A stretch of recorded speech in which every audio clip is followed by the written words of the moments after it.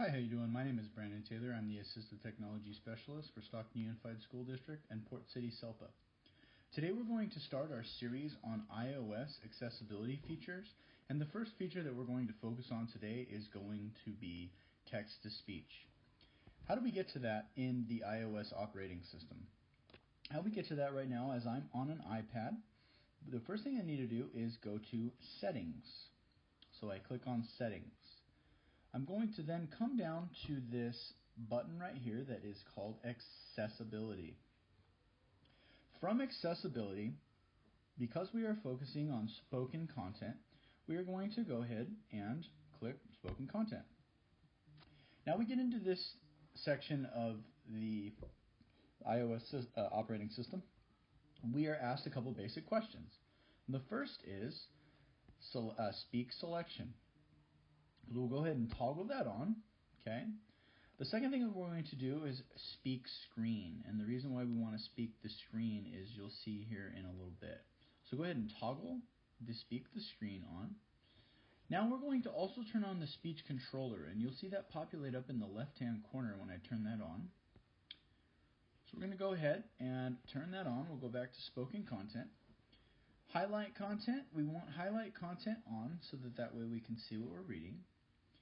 Voices. Now this is where we can get in here and we can do a lot of different voices. We can go male, female, all kinds of different things that we can do in here in terms of customizing the voice to what we like. We can also adjust the speaking rate. Most of our students like to Speak live selection here. read selected content. So most of our students Speak selection read selected. Speak they like to selection hang out read in that selected area, and content. you can kind of play with it a little bit with the toggle back and forth, just to determine what it sounds like and if the speed is appropriate for your student. Once we've done that, let's go back to accessibility. Let's go ahead and clear out of this, and the first thing that we're going to do is open up a basic web search.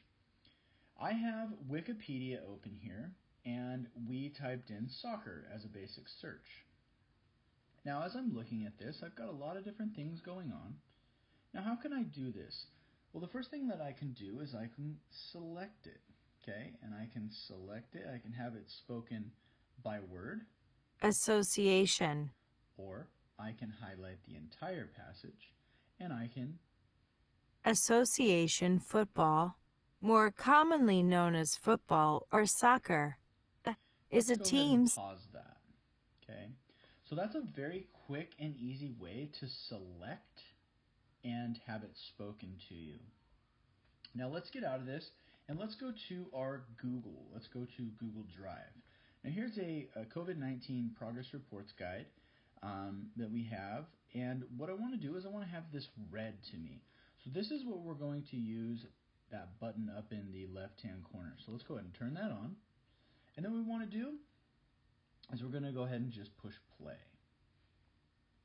Progress reports during school closure 2020. I'll go ahead and speed it COVID. up. ID-19 Progress Reports Guided is the recommendation of the SELPA to continue to report on the student's progress towards his/her goals during the time of school closure, COVID-19. Now it's important to notice that in the Google Docs and Google, what I used is this toolbar right here to have it spoken. What it doesn't allow me to do here is select it, highlight it, and speak it. I don't have that option here within the Google apps. So how I can do this is I can have the whole screen spoken. COVID-19 Progress Reports Guided is the recommendation. Okay?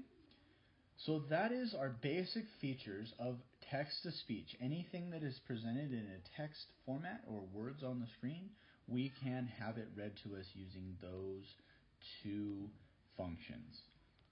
I hope you guys have enjoyed this training. If this training was helpful to you, please pass it along, as we have many of our students who are interfacing with our educational digital technologies using iOS devices, either on an iPhone, Android tablet, or an iPad. So it's important to understand all of the features of the devices that we're working on. So again, if you've enjoyed this training, please pass it along to any of your colleagues who you think might benefit from this, and we will go from there. I look forward to our next training together. Thank you.